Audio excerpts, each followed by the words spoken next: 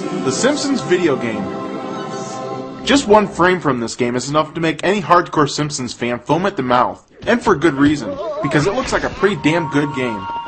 And I think this might be the first game ever to poke fun at themselves. The Simpsons game. This is so weird. The only Simpsons game I can think of is the one where we all pretend Dad isn't an alcoholic. Pretty cool. Now when I heard they were going to do a new Simpsons game, I was ecstatic. I knew this was a game I just had to play. I mean, Simpson is even my middle name. Well, not really, but it should be, because I'm a huge fan of the show. To date, I still feel the best Simpsons game has to be the arcade classic, The Simpsons, because this was video game greatness at its best. 4-player co-op, fighting in the Simpsons universe, it was quite the opposite from the 3 spectacular pieces of shit Simpson games made for the NES. But we'll save those for a later review. The new game starts off with a really neat cartoon cinematic of Homer in the Land of Chocolate, which is loosely based off a 1-minute cutaway gag from the show. Now for all you hardcore Simpsons fans out there, you'll probably be quick to notice that the original Land of Chocolate song is absent from this game.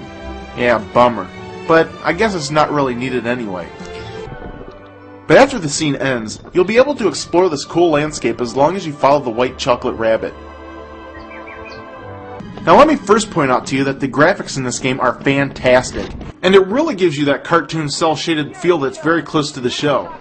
Now there are some downsides to this game, and being the irate gamer that I am, I'm going to exploit them for all they're worth.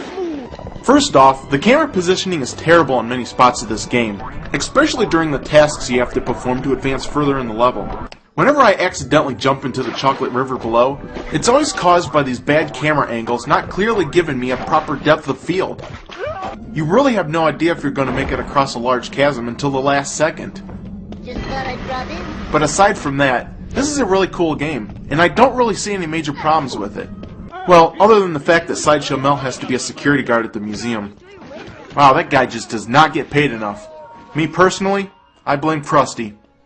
Now aside from dying a few times due to this camera angle problem, I still managed to pass the level with no problem at all. Aside from trying to figure out how to solve various puzzles along the way, younger kids will find this enjoyable as well, since it's not as hard as a game like, say, Ghosts and Goblins. Yeah, I know I already reviewed this game, but it's one I just can't let go. Why in God's name is this so fucking hard? Holy fucking shit! Anyway.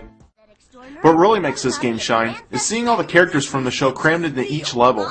The more characters the better, I always say. Stay focused. Now the coolest feature by far has to be the option to roam around the Simpsons house. Just in case you've never exactly mapped this house out in your mind, you'll actually be able to see how it all fits together once you pass the Land of Chocolate stage. And the details are amazing. Unfortunately, the only places you won't be able to get into are Maggie's room and the basement. Now currently at this time, I only managed to get up to level 3, so I've yet to explore the cool levels that lie ahead like the itchy and scratchy Grand Theft Auto level and the EverQuest level. But I'm sure they're all equally entertaining to play. So all in all, it's a pretty good game. So good job, EA. Excellent.